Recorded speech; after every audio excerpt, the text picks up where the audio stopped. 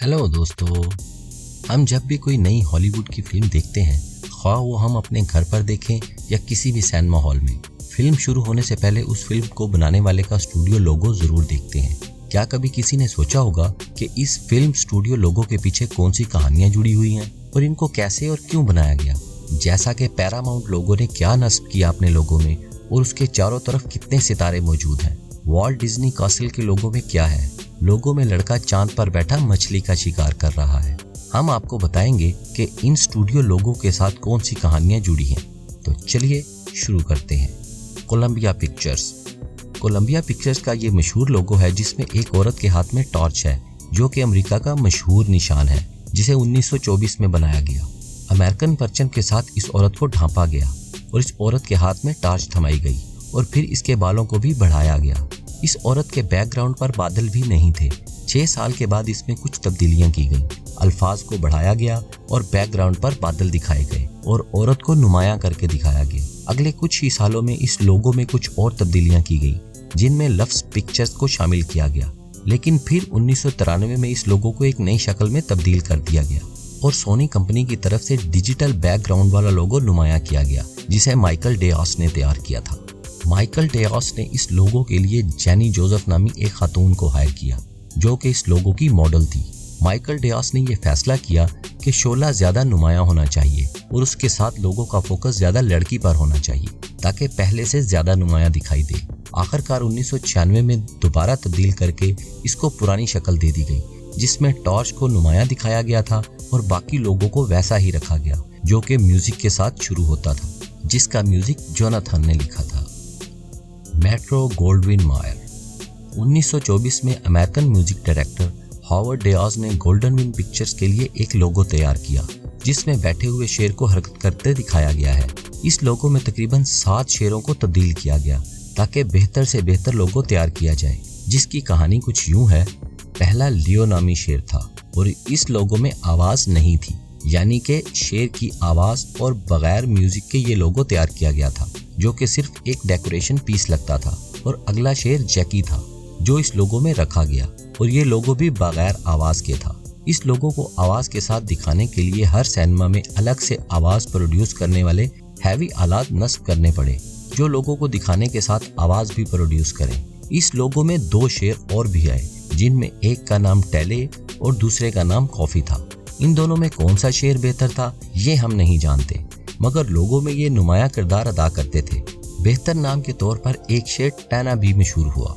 आखिरकार 1957 में स्टूडियो के अंदर एक मशहूर शेर के साथ इस लोगो को पिक्चराइज किया गया। इन तमाम शेरों में से कोई भी शेर ऐसा नहीं था कि किसी को नुकसान पहुंचाए। अगर आप उनसे छेड़छाड़ करें तो भी कोई मसला नहीं। बाज लोगों के मुताबिक इस लोगो में शेर फेक है, जो कि ऐसा बिल्कुल नहीं है। बचपन से हम इस लोगो में शेर और उसकी आवाज को सुनते आ रहे हैं। Walt Disney company. Walt Disney company भी ऐसे ही बनाई गई जैसे कोलंबिया पिक्चर्स 2 भाइयों ने बनाई थी, जिनका नाम वार्नर ब्रदर्स था। वॉल्ट डिज्नी बनाने वाले भी 2 भाई वॉल्ट और रॉय डिज्नी थे। 1932 में इनका एक छोटा सा स्टूडियो था, लेकिन आहिस्ता आहिस्ता ये स्टूडियो परवान चढ़ता गया और आखिरकार हॉलीवुड इंडस्ट्री का सबसे बड़ा स्टूडियो बन गया। आजकल इसके जाती 11 थीम पार्क्स, 2 वाटर पार्क्स और 2 बड़े ब्रॉडकास्ट नेटवर्क स्टेशन भी हैं। डिज्नी लोगो दुनिया में बहुत ज्यादा मशहूर है, लेकिन कोई भी ये नहीं जानता कि इस लोगो में इस कला को क्यों दिखाया जाता है और इसका मतलब क्या है। इस कला को दिखाने का मतलब ये समझा जाता था कि 19वीं सदी में जर्मनी में ऐसे कले मौजूद थे जो शुमाली जनूब में हैं और रोमन तारीख बयान करते हैं।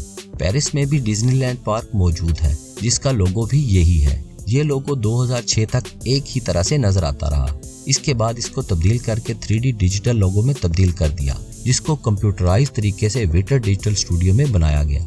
पहली बार इस लोगो को top Hollywood movie series pirates of the Caribbean and dead man chest के प्रीमियर में दिखाया गया। Dream works. 1994 में एक दिन 3 टैलेंटेड लोग इकट्ठे हुए, जिनमें म्यूजिक प्रोड्यूसर डेविड जेफम, स्टीवन स्पाइलबर्ग और डिज्नी डायरेक्टर जेफरी कैट्ज़नबर्ग शामिल थे। उन्होंने ये तय किया कि वो अपना एक नया फिल्म स्टूडियो बनाएंगे, जिसका नाम ड्रीम वर्क्स रखा गया और इसका लोगो चांद पर बैठा हुआ आदमी फिशिंग कर रहा हो, जो कि कंपनी से तैयार ना किया गया। मगर जो सही नजरिया था वो थोड़ा मुख्तलिफ था। जो कि इससे मुशाबत नहीं रखता था। विजुअल इफेक्ट आर्टिस्ट डेनिस मर्न, जो कि स्पाइलबर्ग के साथ काम कर रहा था, उसने मशवरा दिया कि लोगों को हाथ से डिजाइन कर लिया जाए तो ज्यादा बेहतर है। उन्होंने हाथ से तस्वीर बनाने वाले बेहतरीन आर्टिस्ट रॉबर्ट हंट को कहा कि वो इसका खाका बनाए। इसका खाका बनाने में तकरीबन 3 माह का अरसा लगा। स्पाइलबर्ग ने इस लोगों को बहुत ही सराहा। इस लोगों में मौजूद लड़का विलियम हंट है, जो खाका बनाने वाले का बेटा है। पैरामाउंट पिक्चर्स कंपनी 1912 में वजूद में आई, जिसके बानी फ्रोमैन ब्रदर्स और एडोल्फ ज़ुका फिल्म इनोवेटर थे, मगर ये स्टूडियो फेमस प्लेयर कंपनी के नाम से था। बाद में इसका नाम तब्दील करके पैरामाउंट पिक्चर रखा गया और पहले लोगों में बर्फ से ढकी पहाड़ी चोटी और घूमते हुए सितारों का दायरा था, जिसका खाका विलियम हॉक्सन ने तैयार किया था, जिसकी बुनियाद विलियम का बचपन था, जो उसने यूथा के पहाड़ बेन लोमैंड माउंटेन पर गुजारा था। 24 सितारे लोगों में गर्दिश कर रहे थे, लेकिन अब 22 सितारे घूमते नजर आते हैं। 2 सितारों के कम होने की वजह कोई नहीं जानता। लोगों को तब्दील करके जदीद तरीके से असल पहाड़ को दिखाया गया है और घूमते हुए सितारे वाजे हैं, जो कि अब पैरामाउंट पिक्चर्स का असल लोगो है। मजीद इस तरह की दिलचस्प और इंफॉर्मेटिव वीडियोस देखने के लिए हमारे चैनल क्या जानते हो को सब्सक्राइब करें और बेल आइकन पर जरूर क्लिक करें, ताकि हमारी हर नई वीडियो आपको सबसे पहले मिल सके। आपके कीमती वक्त का बहुत बहुत शुक्रिया।